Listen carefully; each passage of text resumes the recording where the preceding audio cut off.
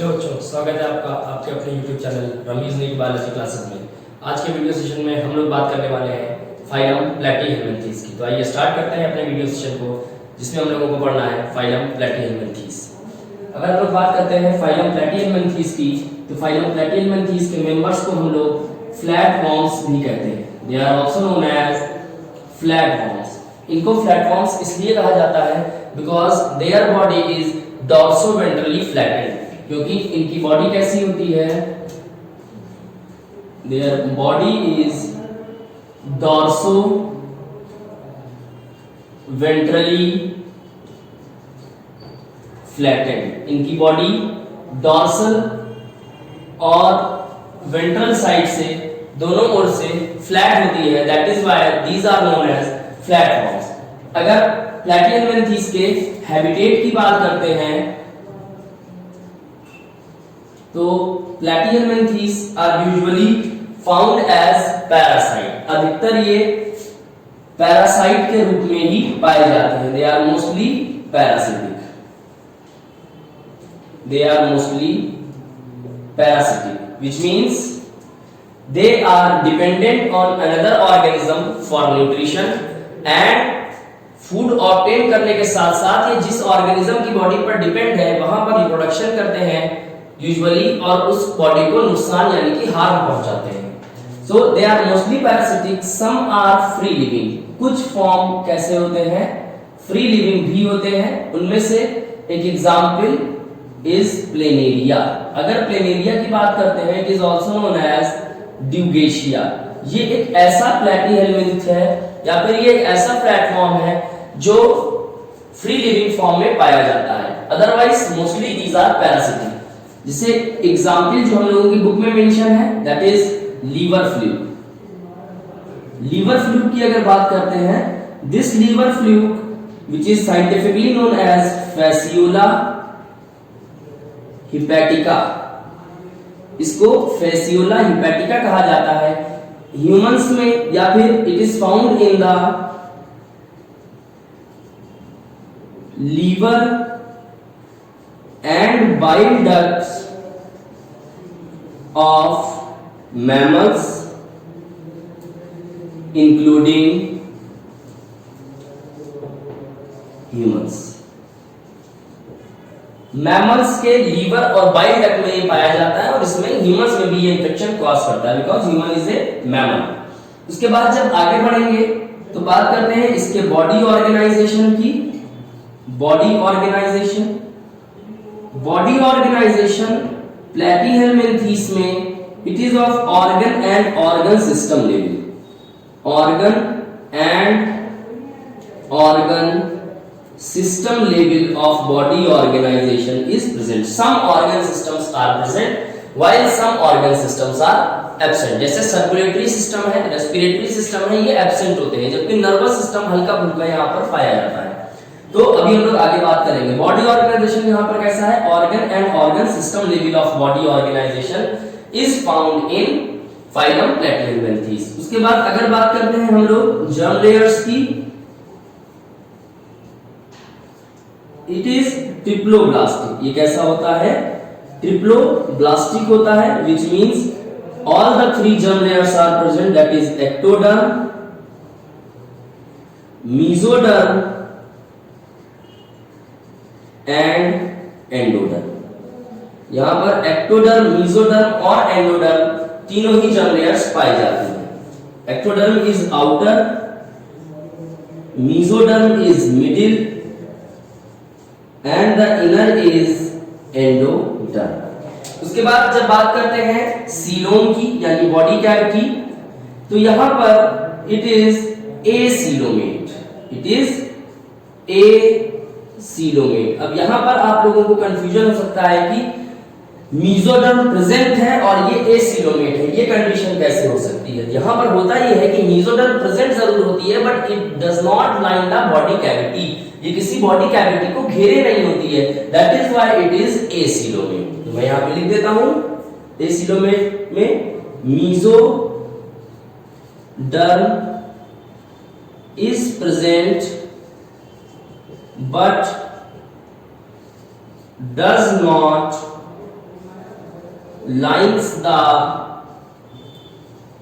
Body cavity, ये किसी body cavity को लाइन नहीं करता है। उसके बाद अगर हम लोग बात करते हैं यहाँ पर सिमेट्री की, तो यहाँ पर बाइलेटरल सिमेट्री पाई जाती है। सिमेट्री की अगर बात करते हैं, if you talk about the symmetry, then platyhelminthes और platforms are bilaterally symmetrical. It is bilateral symmetry, and bilateral symmetry means one plane equal division. Bilateral symmetry means one plane and equal division, which means that body can be divided into two equal halves. body को दो बराबर के भागों में बांटा जा सकता है, बट किसी एक ही जगह से कट करने पर। अच्छा, उसके बाद जब आगे बढ़ते हैं तो यहाँ पर ऑर्गन सिस्टम्स की अगर हम लोग थोड़ी सी बात करें, तो यहां पर स्केलेटल सिस्टम,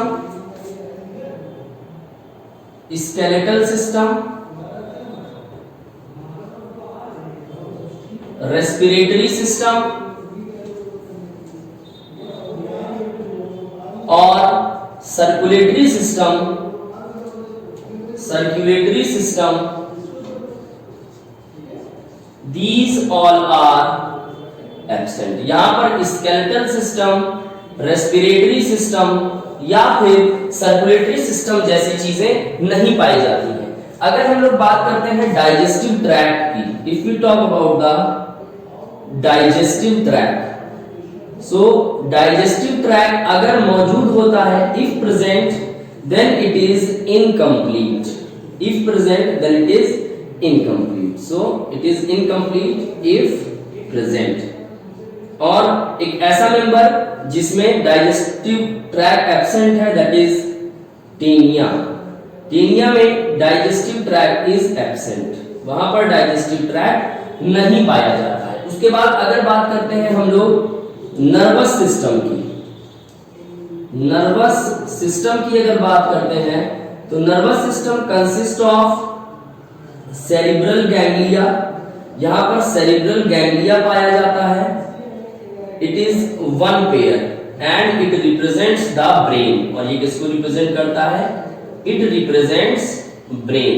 यहां पर लॉन्जिट्यूडनल नर्व कॉर्ड्स पाई जाती हैं, longitudinal nerve cords are present and there are 2 to 3 pairs of longitudinal nerve cord and these cords are connected by transverse commissure। ये transverse commissure के द्वारा connected होते हैं। These are longitudinal nerve cords are connected by transverse commissure। It connects longitudinal nerve cords. और nervous system को overall हम लोग लिखते हैं यहां पर लैडर लाइक नर्वस सिस्टम। ये बात बहुत इंपॉर्टेंट होती है कि लैडर लाइक नर्वस सिस्टम किसमें पाया जाता है? Ladder like nervous system is found in the member of phylum platyhelminthes. उसके बाद जब आगे बढ़ते हैं तो रिप्रोडक्शन की बात आती है, तो चलिए देखते हैं। Let us talk about the reproduction. तो देखते हैं रिप्रोडक्शन यहां पर। रिप्रोडक्शन की अगर बात करते हैं तो दे आर हर्मेफ्रोडाइट्स। ये कैसे होते हैं बच्चों? These are hermaphrodites which means it is bisexual, यानी कि एक ही बॉडी के अंदर मेल और फीमेल गैमेट दोनों प्रोड्यूस होंगे। कुछ ऐसे भी हैं जो यूनिसेक्सुअल है, जिसको हम लोग एक्सेप्शन के रूप में पढ़ेंगे। चलिए देखते हैं, बात करते हैं रिप्रोडक्शन की। अगर रिप्रोडक्शन की बात करते हैं तो दीज आर हर्मेफ्रोडाइट्स। ये कैसे होते हैं? These are hermaphrodites। ये हर्मेफ्रोडाइट्स होते हैं। यूनिसेक्सुअल भी हो सकते हैं, यूनिसेक्सुअल भी हो सकते हैं। इसको हम लोग एज एन एक्सेप्शन पढ़ सकते हैं। यहां पर एक्सेप्शन क्या है? Hermaphrodite means bisexual. हर्मेफ्रोडाइट का मतलब होता है बाइसेक्सुअल, लेकिन यहां पर एक एक्सेप्शन जो है वो आप याद रख सकते हैं, that is cystosoma। that is cystosoma। cystosoma जो है it is unisexual platform। अब यहां पर आप कंफ्यूज हो सकते हैं, तो यहीं पर हम लोग नोट करके एक चीज लिखते हैं, दैट इज साइफिस्टोसोमा। सिस्टोसोमा और साइफिस्टोसोमा एक जैसी चीजें लग रही हैं, लेकिन अंतर है दोनों में। साइफिस्टोसोमा, अगर आपने सिलेंड्रेट वाला वीडियो देखा हो तो मैंने आपको ओरेलिया के दो लार्वा बताए, एक इफाइला लार्वा और दूसरा scyphistoma larva. So this scyphistoma is the larva of Aurelia. Jellyfish का लार्वा है ये, ओरेलिया का लार्वा है। Aurelia is a coelenterate, it is a coelenterate. तो ये बात आपको याद रखनी होगी। Cystosoma is the member of phylum Platyhelminthes, while Cyphistosoma is the larva of Aurelia, which is belonging to the phylum Coelenterata. Clear? तो Cystosoma Platyhelminthes में है और Cyphistosoma Coelenterata में पाया जाता है। उसके बाद जब हम लोग आगे बढ़ते हैं तो रिप्रोडक्शन यहाँ पर दोनों तरह का पाया जा सकता है। एसेक्सुअल रिप्रोडक्शन भी पाया जाता है। अगर एसेक्सुअल रिप्रोडक्शन की बात करते हैं तो प्लेनेरिया, दैट इज ड्यूडेशिया जिसको हम लोग कहते हैं, यहां पर ट्रांसवर्स बाइनरी फिशन के द्वारा, ट्रांसवर्स बाइनरी फिशन के द्वारा रिप्रोडक्शन होता है, एसेक्सुअल रिप्रोडक्शन। वहीं सेक्सुअल रिप्रोडक्शन की अगर बात करते हैं तो सेक्सुअल रिप्रोडक्शन में फर्टिलाइजेशन होता है, फर्टिलाइजेशन होता है। फर्टिलाइजेशन यहां पर क्रॉस फर्टिलाइजेशन होगा, cross fertilisation and internal fertilisation. Cross and internal fertilisation यहां पर देखने में मिलता है। एक एक्सेप्शन जो हम लोगों को ध्यान रखना है, that is again Taenia. Taenia की अगर बात करते हैं तो टेनिया में क्रॉस की जगह सेल्फ फर्टिलाइजेशन पाया जाता है। टेनिया में क्या होता है? सेल्फ फर्टिलाइजेशन पाया जाता है। ये ध्यान रखना है बिकॉज टेनिया को एनसीईआरटी ने मेंशन किया है लीवर फ्लूइड के साथ एग्जाम्पल में, तो टेनिया के विषय में याद रखना बहुत इंपॉर्टेंट है ये सब चीजें। उसके बाद जब आगे बढ़ेंगे हम लोग तो बात आएगी डेवलपमेंट की, बात आती है डेवलपमेंट की। तो डेवलपमेंट इज इनडायरेक्ट, यहां पर इनडायरेक्ट डेवलपमेंट देखने में मिलता है, that is larval stages are present. और जो दो मेंबर्स एनसीईआरटी ने एग्जाम्पल में इंक्लूड की हैं, एटलीस्ट उनके लार्वल स्टेजेस हम लोगों को पता होनी चाहिए। तो चलिए बात करते हैं फैसियोला की, फैसियोला हिपैटिका, और दूसरा यहां पर दिया हुआ है टेपवर्म, दैट इज टेनिया। तो चलिए देखते हैं, बात करते हैं फैसियोला की। तो अगर फैसियोला की बात करेंगे तो फैसियोला में जो लार्वल स्टेजेस है they are miracidium, miracidium, then sporocyst, then redia, then cercaria and then final is metacercaria. ये इसी ऑर्डर में आपको याद होने चाहिए। मोस्ट ऑफनली ये आपको एक करेक्ट ऑर्डर बनाने को बोलता है। 4 ऑप्शन दे देगा, वहां पर ये जंबल करके लिखे होंगे और आपको वहां पर करेक्ट सीक्वेंस पहचानने को बोला जाएगा। This is miracidium, sporocyst, redia, cercaria, metacercaria, that is MSRCM। You can remember MSRCM, that is MSRCM, miracidium, sporocyst, redia, cercaria and metacercaria.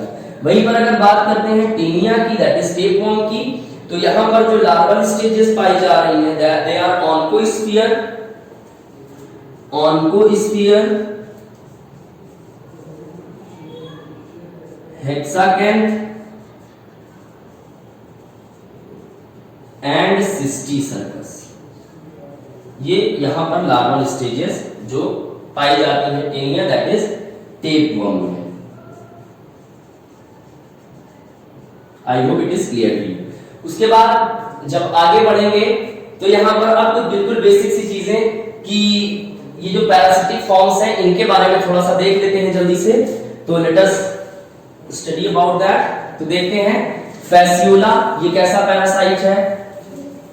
Schistosoma जो 3 नेम्स मैंने लिखे हैं अभी तक, उन तीनों की ही बात हम लोग करने वाले हैं।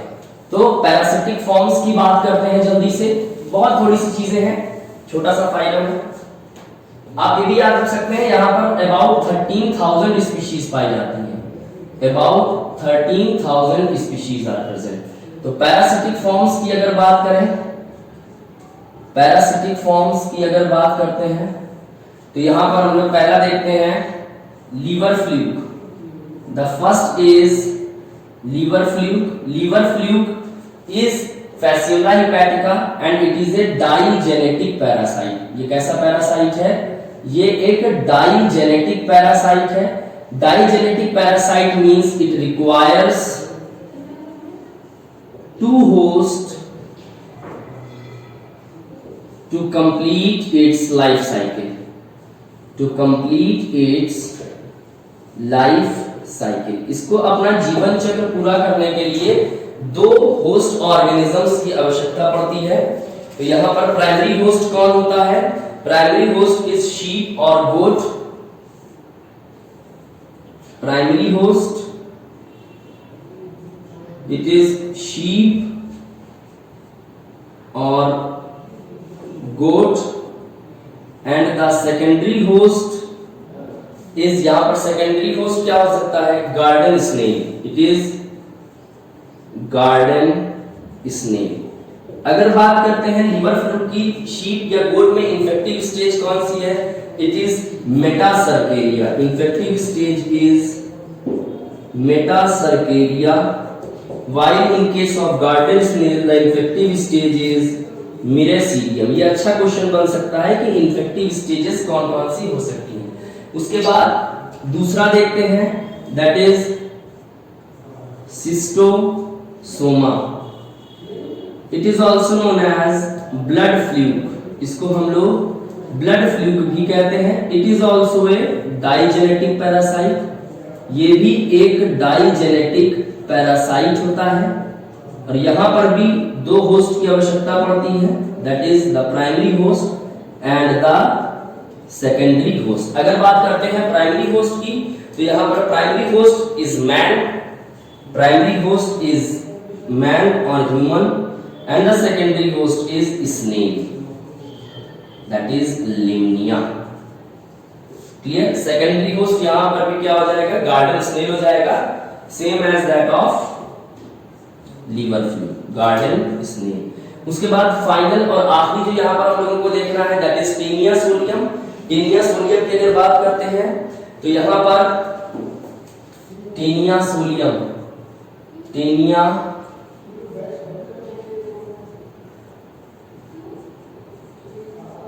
That is tapeworm.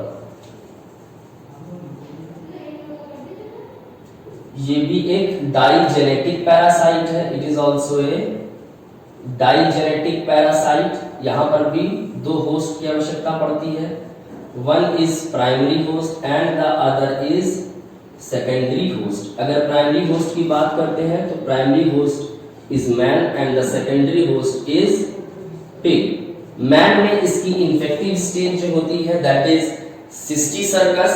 यहां पर मैन में infective stage is cysticercus, cysticercus and pig में जो इन्फेक्टिव स्टेज है दैट इज ऑन्कोस्फियर।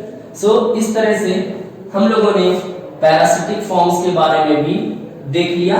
आई होप इसके बाहर आपका नीट का कोई भी क्वेश्चन स्किप नहीं करेगा। If you are making proper notes, अगर आप प्रॉपर नोट्स बना रहे हो वीडियोस के और आप एनसीईआरटी को बार बार रीड कर रहे हो, देन अप्रोक्सीमेटली सभी क्वेश्चंस आपके कवर हो जाएंगे।